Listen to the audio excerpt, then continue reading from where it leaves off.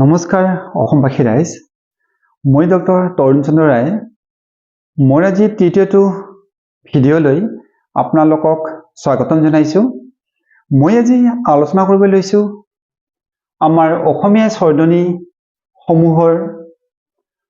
উচ্চাৰণৰ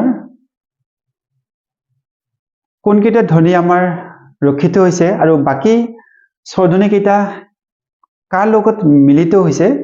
এইখিনি কথা আপোনালোকক জনাম। আৰু ইয়াৰ পিছতে থাকিব আমাৰ ব্যঞ্জন ধ্বনিসমূহৰ উচ্চাৰণৰ অৰ্থাৎ 21টা ব্যঞ্জন ধ্বনিসমূহৰ উচ্চাৰণ আৰু বাকীখিনি ব্যঞ্জন ধ্বনি কোনকেইটা ব্যঞ্জন ধ্বনিৰ লগত মিলিত হয় এই গোটেইখিনি কথা আপোনালোকক জনাম। আৰু এটা কথা মনত ৰাখিব লাগিব যে অসমীয়া ব্যাকৰণ সম্পৰ্কে সম্পূৰ্ণকৈ জানিবলগীয়া হ'লে বা জানিব লাগিলে আমি প্ৰথমতে জানিব লাগিব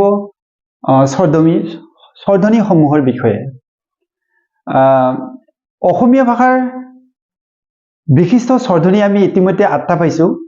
আৰু এইকেইটা হৈছে ই, এ, আ, অ, ও আৰু উ। আনহাতে আমি এনে যিসমূহ আমি প্ৰথম শ্ৰেণীৰ পৰা পাই আহিছোঁ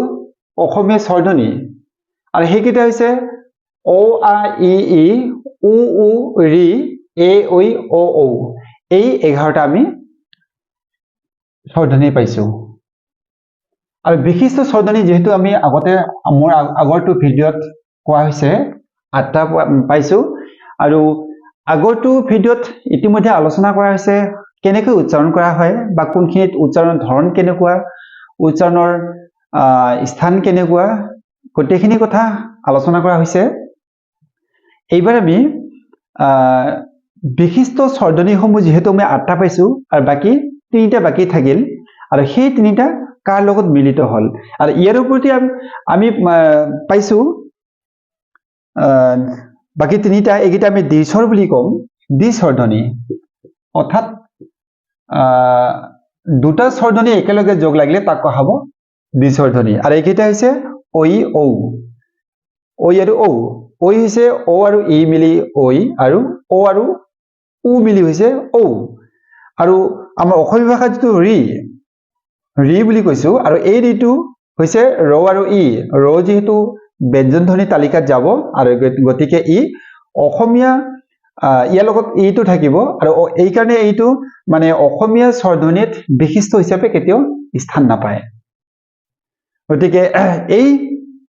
8টা ধ্বনি 11টা স্বৰধ্বনিৰ জেগাত আমি বিশিষ্ট স্বৰধ্বনি 8টা পালোঁ যিহেতু, আৰু সেইকেইটা হৈছে চাব, ই অসমীয়া ভাষাৰ যিটো হ্ৰস্ব ই দীৰ্ঘ ই সদায় অসমীয়াত এটা ই ৰূপে উচ্চাৰণ হয়,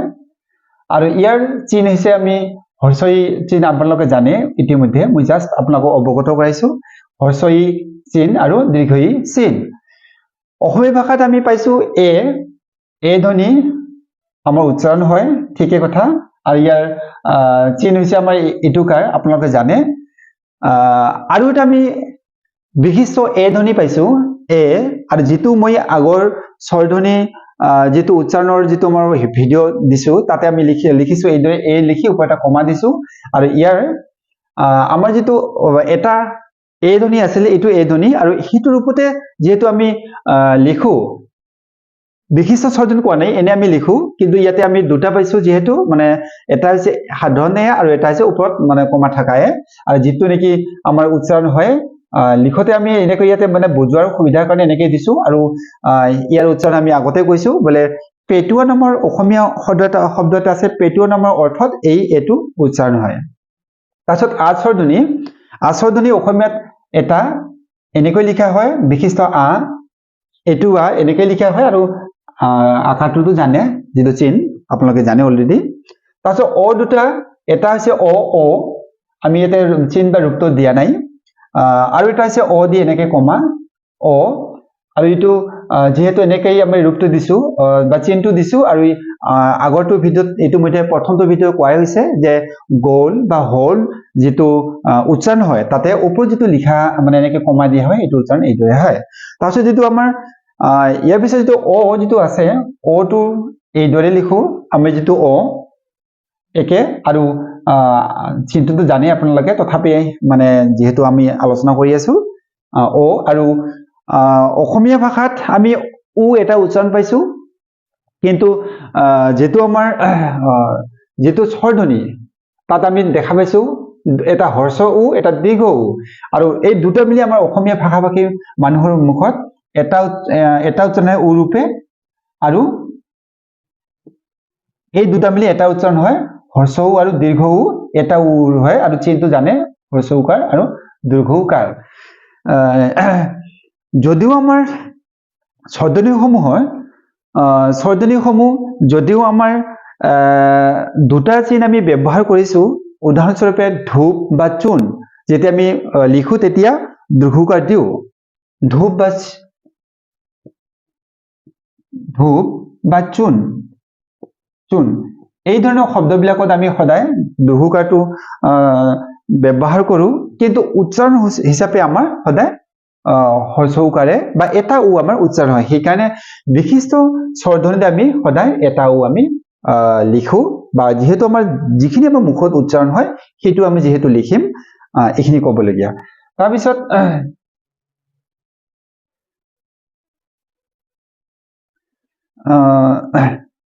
তাৰপিছত চাব বোলে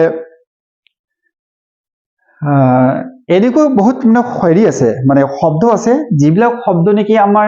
একেটা আকাৰ বা ইকাৰ বা হৰ্ষ উকাৰ বা দীৰ্ঘ উকাৰ বা হৰ্ষইকাৰ বা দীৰ্ঘিকাৰ এইদৰে মানে বাৰ বাৰ দি থাকিলে কি হয় শব্দটো যিটো মানে ব্যৱহাৰ কৰিবলগীয়া যিটো মানে বা যিটো দিলে আমি অৰ্থাৎ গীত গদ দীৰ্ঘিকাৰে গদ্য গীত তল লিখিলে আমি গম পালো গীত আৰু যদি গৈছিকাৰী গীত যদি আমি লিখো কথা গীত লিখে আমি গম পাওঁ গান আৰু এনেকে যদি আমি গীত লিখো তেতিয়া আমি লাহেকে কৈ দিম এইটো এটা ভুল শব্দ বা ইয়াৰ মানে চিহ্নটো হোৱা নাই ই সদায় দীৰ্ঘিকাৰ হয় আমি শব্দটো বুজাই দিয়াৰ কাৰণে আমি দীৰ্ঘিকাৰ লিখিছো কিন্তু আমাৰ উচ্চাৰণ সদায় এটা ই হয় এইদৰে তাৰপিছত ঠিক তেনেকৈ মই অলপ আগত কলো হৰ্ষ বা দীৰ্ঘ উকাৰ যিটো চিহ্ন ঠিক তেনেকুৱাই কথাষাৰি গতিকে এই হৈছে অসমীয়া বিশিষ্ট স্বৰধ্বনি যি ৮টা আৰু সংস্কৃতৰ বা অসমীয়া সাধাৰণ যিটো আমি পাই আহিছো মানে প্ৰথম শ্ৰেণীৰ পৰা মানে অসমীয়া স্বৰধ্বনি 11টা মানে কিদৰে এইকেইটাৰ লগত বাকীখিনি মানে মিলিত হৈ যায় তাৰে মানে কথাখিনি আপোনালোকৰ সন্মুখত অৱগত কৰো আৰু এটা মানে মনত ৰাখিব যে যেতিয়া আমি অসমীয়া ব্যাকৰণ সম্পৰ্কে পিছলৈ আমি পঢ়িম বা জানিম বা আলোচনা কৰিম আমি এই স্বৰধ্বনি গোটেইখিনি উচ্চাৰণ আমি জানিবই লাগিব ইয়াত আমাৰ যেহেতু এই স্বৰধ্বনি তালিকা বা এই চিহ্নবিলাক নেক্সট আমাৰ শাখাঘাটত লাগিব সন্ধিত লাগিব গতিকে আপোনালোকে ধুনীয়াকৈ এইখিনি কথা মনত ৰাখিব এইবাৰ মই আলোচনা কৰিব লৈছো অসমীয়া বিশিষ্ট ব্যঞ্জন ধ্বনিসমূহ যেহেতু আমি 21টা পাইছো আৰু সংস্কৃতৰ ব্যঞ্জন ধ্বনি আমি পাইছো 41টা গতিকে এই 41টা ব্যঞ্জন ধ্বনি মানে কিদৰে আমাৰ বাকী অসমীয়া ভাষী মানুহৰ মুখত উচ্চাৰণ হোৱা বিশিষ্ট ব্যঞ্জন ধ্বনি সমূহত লগ খাই থাকে সেইখিনি কথা মই আপোনালোকৰ সন্মুখত অৱগত কৰিছো চাব 21টা হৈছে বোলে 1 2 3 4 5 6 7 8 9 10 11 12 13 14 15 16 17 18 19 20 21 এই 21টা হৈছে আমাৰ বিশিষ্ট ব্যঞ্জন ধ্বনি গতিকে ক এটা খ হৈছে দুটা খ ক্ষয় গ হৈছে এটা ঘ হৈছে এটা ত হৈছে ত দন্ত ত মধ্য ত এণ্ড খণ্ড ত থ দুটা দন্ত থ আৰু মধ্য থ দ দুটা দন্ত দ আৰু মধ্য দ ধ দুটা দন্ত ধ আৰু মধ্য ধ প এটা প ফ এটা ব এটা ভ এটা ম এটা ন তিনিটা এটা হৈছে দন্ত ন মধ্যাহ্ন আৰু নিয়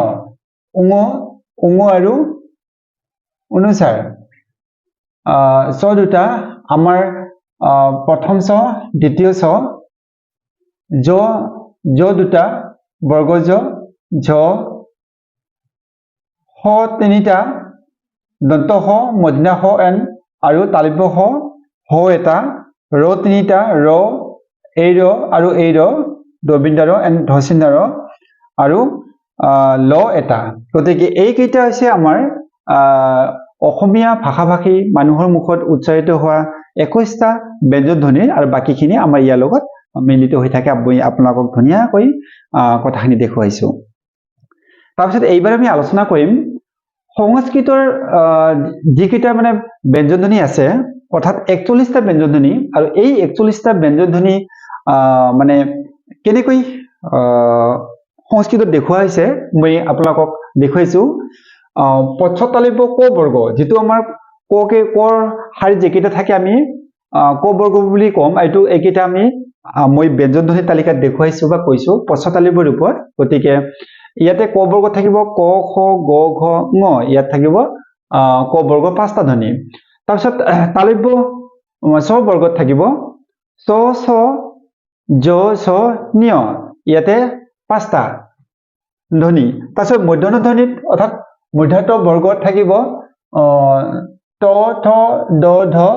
মধ্যাহ্ন অৰ্থাৎ মধ্যাহ্ন মধ্যাত মধ্যাথ মধ্যাদ মধ্যাধ মধ্যাহ্ন ইয়াত থাকিব 5টা ধ্বনি তাৰপিছত দন্ত ত বৰ্গত থাকিব দন্ত ত দন্ত থ দন্ত দ দন্ত ধ দন্ত ন ইয়াত থাকিব 5টা তাৰপিছত অষ্ট প বৰ্গত ইতিমধ্যে আমি ব্যঞ্জন ধ্বনিত আমি আলোচনা কৰিছো প বৰ্গত থাকিব প ফ ব ভ ম 5টা তাৰপিছত উষ্ম বৰ্গত থাকিব জ হ তালব্য হ দন্ত হ মধ্যাহ্ন হ আৰু হ এইকেইটা থাকিব উষ্ম বৰ্গত এইটো আমি আমাৰ ভাষাত অন্তস্থ জ বুলি কওঁ কিছুমানে বা আমি কিছুমানে জ বা অন্তস্থ জ বুলি কয় তাৰপিছত তৰল বৰ্গত থাকিব ৰ ল দবিন্দা ৰ ধচিন্দা ৰ ৱ ব বা ৱ আৰু ইয় ইয়াত থাকিব 6টা ধ্বনি তাৰপিছত নাসিক ধ্বনিত থাকিব নাসিক ধ্বনিত বা নাসিক বৰ্গত থাকিব অনুস্বাৰ আৰু চন্দ্ৰবিন্দু আৰু অনুস্বাৰ তাৰপিছত বিসৰ্গ বৰ্গত থাকিব বিসৰ্গ ধ্বনি তাৰপিছত খণ্ডত থাকিব খণ্ডত আৰু এটা থাকিব তাৰপিছত আৰু ক্ষয় থাকিব অৰ্থাৎ ছ এটা থাকিব অৰ্থাৎ এই মানে হিচাপ কৰিলে আমি 41টা ধ্বনি আমি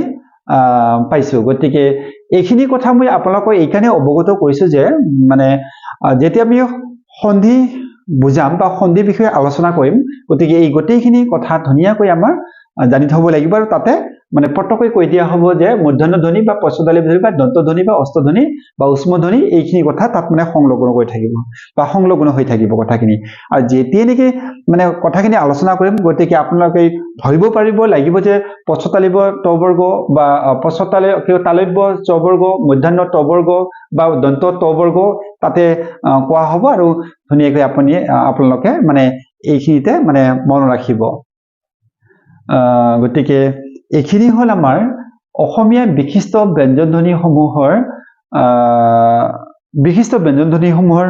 উচ্চাৰণ আৰু বাকি সংস্কৃত ধ্বনি কেইটা ইয়াৰ লগত কেনেকৈ মানে মিলিত হৈ থাকে সাঙুৰ হৈ থাকে এইখিনি কথা আপোনালোকৰ ওচৰত অৱগত কৰিলো আৰু এটা কথা আপোনালোকে মানে বাৰ প্ৰশ্ন কৰিব পাৰিব বা হয়তো বুজি পোৱা নাই মই কৈছো যে এবাৰ কৈছো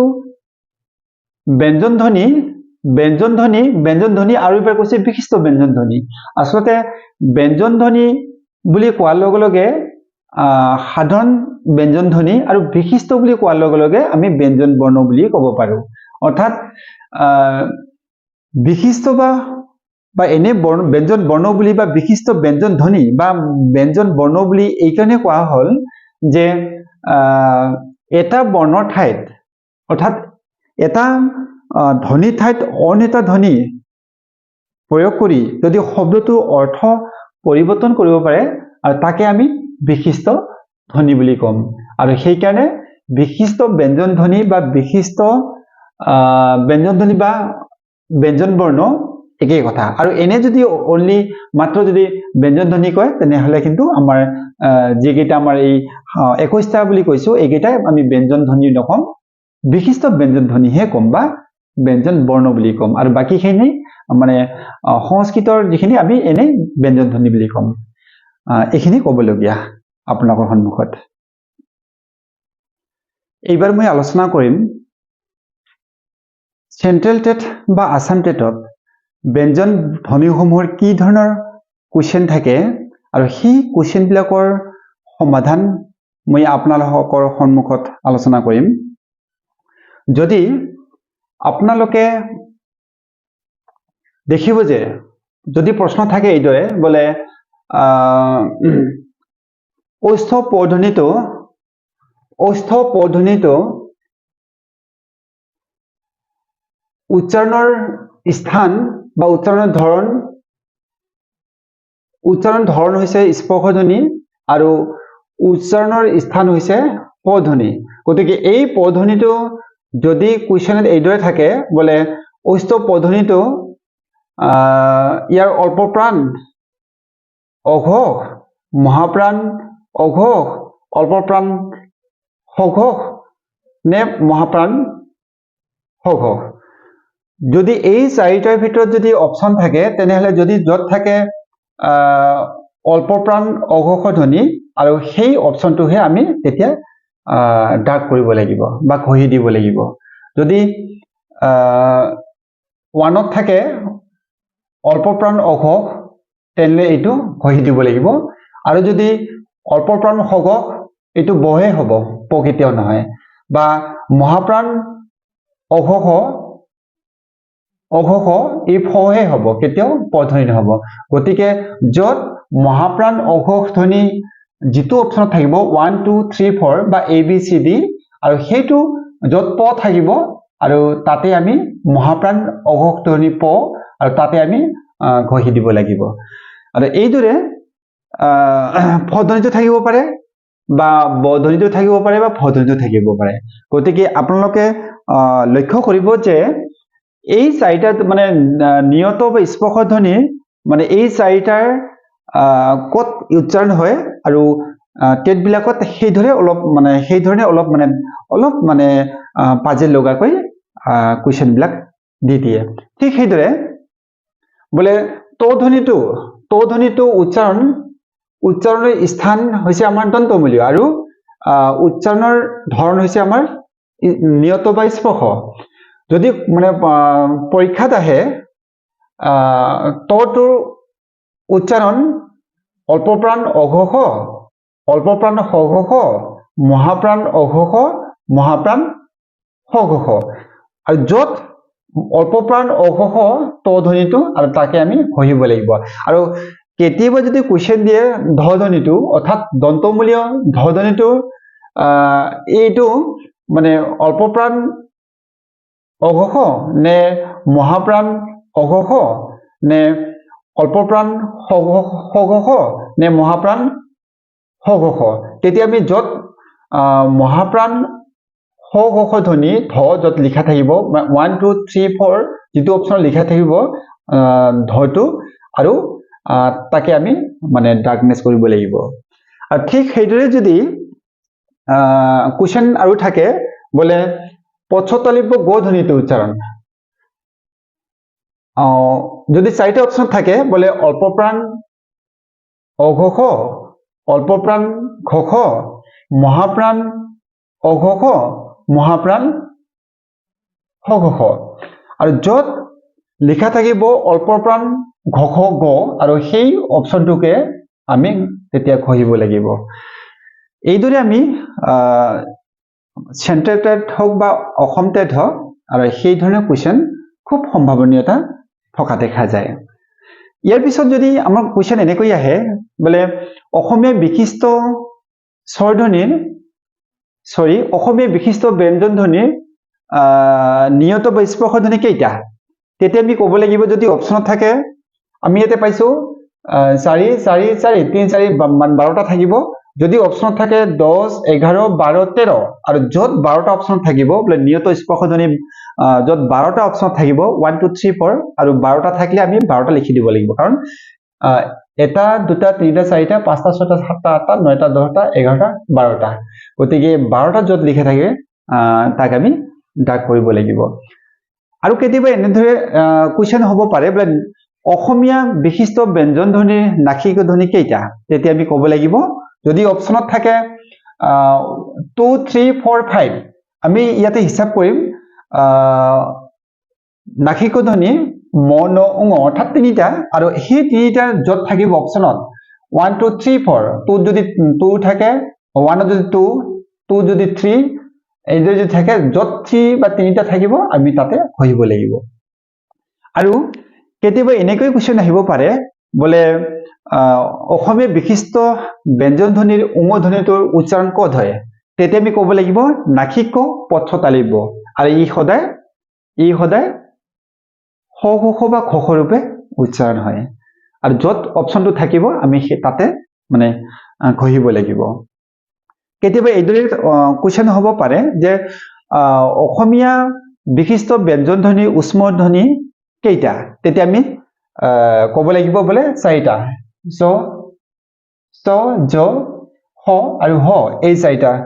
অপচন যত থাকিব আমি 4টা লিখি দিব লাগিব আৰু কেতিয়াবা এনেকেও কোৱেশ্চন হ'ব পাৰে যে উষ্ম ধ্বনিৰ জ বা বৰ্গীয় ধ্বনিটো উচ্চাৰণৰ স্থান কত আৰু উচ্চাৰণৰ ধৰণ কত তেতিয়া আমি ক'ব লাগিব উষ্ম দন্তমূলীয় অহ ৰূপত শ ৰূপত বৰ্গীয় ধ্বনিটো উচ্চাৰণ হ'ব ঠিক সেইদৰে বলে হ ধ্বনিটোৰ উচ্চাৰণ স্থান আৰু উচ্চাৰণ ধৰণ কি তেতিয়া আমি ক'ব লাগিব উচ্চাৰণ স্থান হল কণ্ঠীয় অঘোষ হ বা ঘোষ হ আৰু উচ্চাৰণ ধৰণ হ'ব উষ্ম এইদৰে কণ্ঠীয় উষ্ম অঘোষ হ ধ্বনি হ ধ্বনি তাৰপিছত কেতিয়াবা এইদৰে কোৱেশ্চন হ'ব পাৰে বলে অসমীয়া বিশিষ্ট ব্যঞ্জন ধ্বনিৰ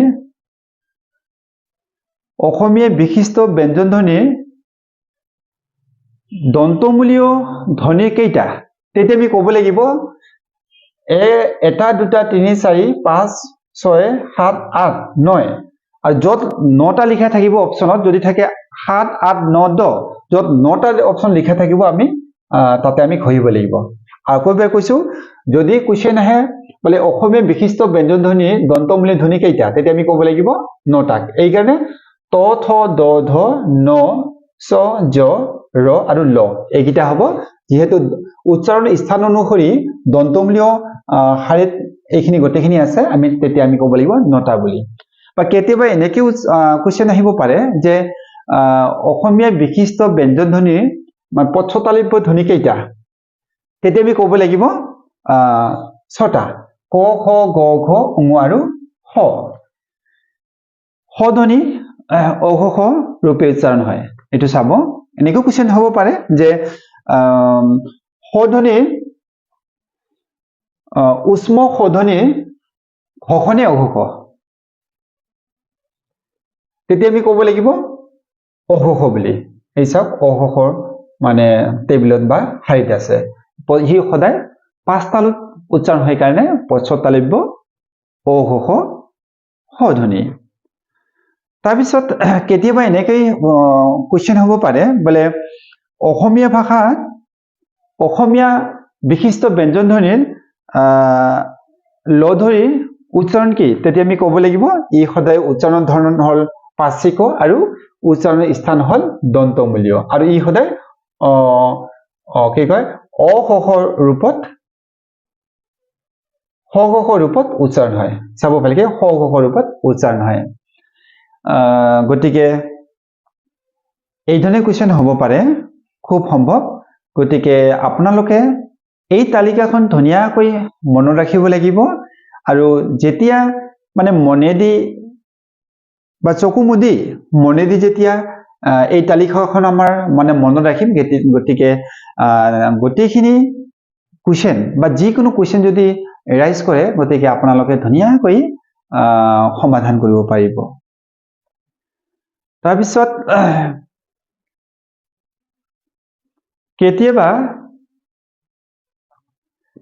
কেতিয়াবা এনেকৈ কুৱেশ্যন দিব পাৰে যে অসমীয়া বিশিষ্ট ব্যঞ্জন ধ্বনিৰ ঔষ্ঠ ধ্বনি কেইটা আমি ক'ব লাগিব তেতিয়া 5টা প ফ ব ভ আৰু ম এইদৰে গতিকে অসমবাসী ৰাইজ মোৰ এই ভিডিঅ'টো কি ধৰণে লাগিল আপোনালোকে কমেণ্টত জনাব আৰু লাইক কৰিব শ্বেয়াৰ কৰিব আৰু ছাবস্ক্ৰাইব কৰিব নাপাহৰিব ধন্যবাদ